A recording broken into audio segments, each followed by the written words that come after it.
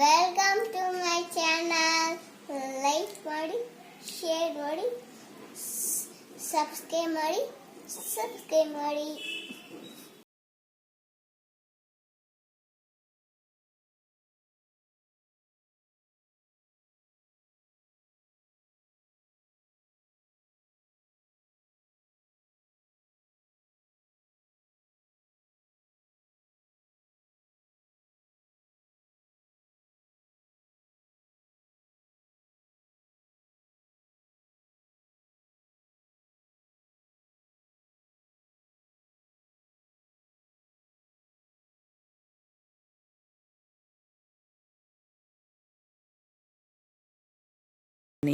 ಸ್ವಲ್ಪ ಎಣ್ಣೆ ಹಾಕ್ಕೊತಾ ಇದ್ದೀನಿ. ಕಾದಿರೋ ಬಾಣಲಿಗೆ ಎಣ್ಣೆ ಕಾದ ನಂತರ ಈರುಳ್ಳಿ ಹಾಕೊಳ್ಳೋಣ.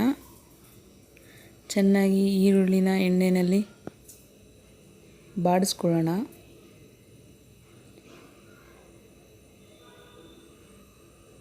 ಈಗ ಈರುಳ್ಳಿ ಕೆಂಪಗಾಗಿದೆ.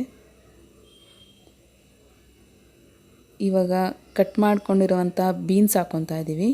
ಹುರುಳಿಕಾಯಿ, ಕ್ಯಾರೆಟು ಸ್ವಲ್ಪ ಎಣ್ಣೆಯಲ್ಲಿ ಸ್ವಲ್ಪ ಬಾಡಿಸೋಣ. ಎರಡು ತರಕಾರಿಯನ್ನು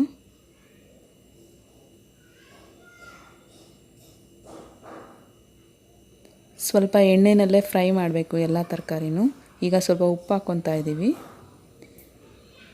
ಚೆನ್ನಾಗಿ ಉಪ್ಪೆಲ್ಲ ತರಕಾರಿ ಹಿಡಿಬೇಕು. ಸ್ವಲ್ಪ ಎಣ್ಣೆನಲ್ಲೇ ಫ್ರೈ ಮಾಡ್ತಾ ಇರಬೇಕು. ಸ್ವಲ್ಪ ಬಾಣಲಿನ ಕ್ಲೋಸ್ ಮಾಡಿ ಎಣ್ಣೆನಲ್ಲೇ ಸ್ವಲ್ಪ ಫ್ರೈ ಆಗಬೇಕು ಎಲ್ಲ ತರಕಾರಿನೂ. ಇವಾಗ ನೋಡ್ಬೋದು ನೀವು, ತುಂಬ ಚೆನ್ನಾಗಿ ಫ್ರೈ ಆಗಿದೆ. ಕ್ಯಾರೆಟು, ಹುರುಳಿಕಾಯಿ, ಈರುಳ್ಳಿ ಎಲ್ಲ. ಹಸಿಮೆಣಸಿನ್ಕಾಯಿ ಹಾಕ್ಕೊತಾ ಇದ್ದೀನಿ. ಕ್ಯಾಪ್ಸಿಕಮ್ ಹಾಕ್ಕೊತಾ ಇದ್ದೀನಿ. ಶುಂಠಿ ಬೆಳ್ಳುಳ್ಳಿ ಪೇಸ್ಟ್ ಹಾಕ್ಕೊತಾ ಇದ್ದೀನಿ.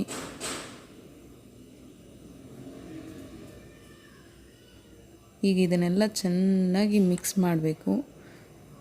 ಯಾವ ರೀತಿ ಮಿಕ್ಸ್ ಮಾಡಬೇಕಂದ್ರೆ ಹಸಿ ವಾಸನೆ ಹೋಗಬೇಕು. ಕ್ಯಾಪ್ಸಿಕಮ್ದು, ಶುಂಠಿ ಬೆಳ್ಳುಳ್ಳಿ ಪೇಸ್ಟು, ಹಸಿಮೆಣಸಿನ್ಕಾಯಿ ಎಲ್ಲದ್ರದ್ದು ಹಸಿ ವಾಸನೆ ಹೋಗೋ ತನಕ ಚೆನ್ನಾಗಿ ಫ್ರೈ ಮಾಡ್ಕೋಬೇಕು.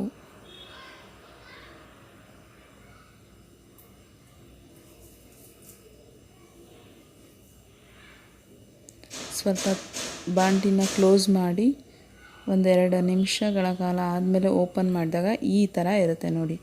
ಎಲ್ಲ ಚೆನ್ನಾಗಿ ಶುಂಠಿ ಬೆಳ್ಳುಳ್ಳಿ ಪೇಸ್ಟು, ಕ್ಯಾಪ್ಸಿಕಮ್ ಎಲ್ಲ ಚೆನ್ನಾಗಿ ಇದಾಗಿದೆ. ಇವಾಗ ಸ್ವಲ್ಪ ರೈಸ್ ಹಾಕ್ಕೊತಾ ಇದ್ದೀವಿ.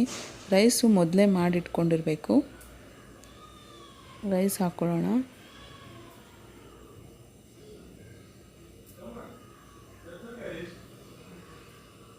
ಪೆಪ್ಪರ್ ಪೌಡರ್ ಹಾಕ್ಕೊತಾ ಇದ್ದೀನಿ. ಮೆಣಸಿನ ಪುಡಿ, ಕೆಚಪ್, ಟೊಮೆಟೊ ಕೆಚಪ್ ಹಾಕ್ಕೊತಾ ಇದ್ದೀವಿ.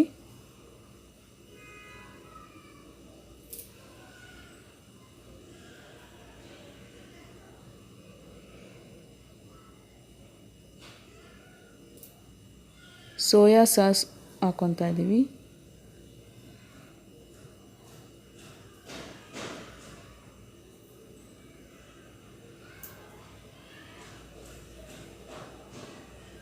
ಚಿಲ್ಲಿ ಸಾಸ್ ಹಾಕ್ಕೊತಾ ಇದ್ದೀವಿ.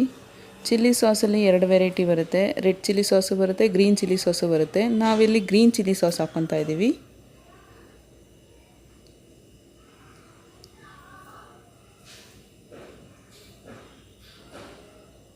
ಜೊತೆಗೆ ಸ್ವಲ್ಪ ವೆನೇಗರ್ ಹಾಕ್ಕೊತಾ ಇದ್ದೀವಿ.